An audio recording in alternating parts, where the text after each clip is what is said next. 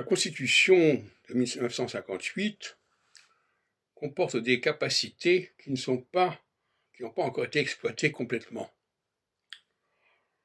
Elle prévoit des cas de figure qui ne se sont pas présentés jusqu'à présent.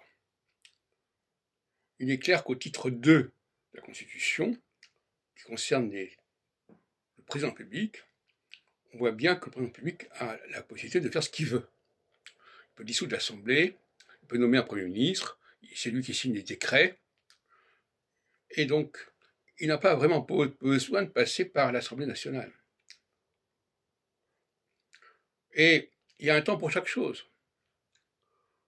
Astrologiquement, la phase solsticiale est une phase où le pouvoir se trouve en haut. Et la phase équinoxiale est une phase où le pouvoir se trouve en bas. Est-ce que les gens comprennent qu'il y a alternance? J'ai l'impression que les gens ne veulent même pas comprendre qu'il y ait une dualité dans le système. Et que dans la vie, en général, il y a cette dualité. Donc, d'après moi, le Macron peut parfaitement, face à l'incapacité des différents partis politiques et différents députés de trouver une coalition, ce qui est le cas, ils le reconnaissent eux-mêmes, eh bien à ce moment-là, il reprend les choses en main. C'est pas compliqué. Il a les moyens de le faire. Que ça ne se soit pas encore produit, c'est une chose, mais que la Constitution le permette, bien sûr qu'elle le permet, c'est une autre chose. Il y a des capacités encore inexploitées de la Constitution à développer en cas d'urgence. Et l'urgence, là, en l'occurrence, c'est la question de le vote du budget, etc. À mon avis, le président n'a pas besoin de passer par l'Assemblée nationale. Et il n'a pas non plus besoin d'avoir un Premier ministre. Ou du moins, ça c'est une question qui reste posée, le Premier ministre, il n'a pas à se présenter devant l'Assemblée nationale.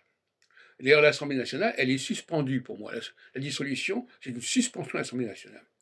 Même si ça a donné lieu à des élections, c'est des élections plus ou moins fictives, puisque ce front populaire, ce front républicain, il ne correspond à rien.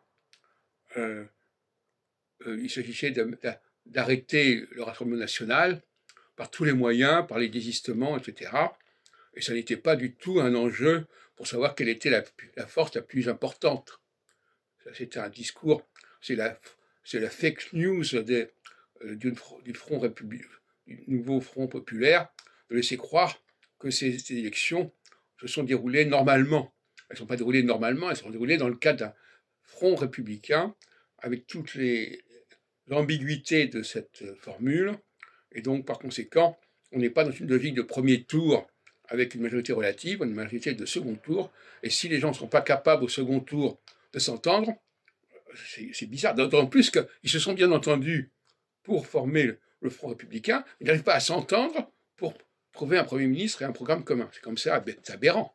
Et donc il est normal que le président reprenne les choses en main et qu'il reporte à l'année prochaine, au mois de juin 2025, la dissolution et la chance pour l'Assemblée nationale de trouver une nouvelle formule pour s'organiser.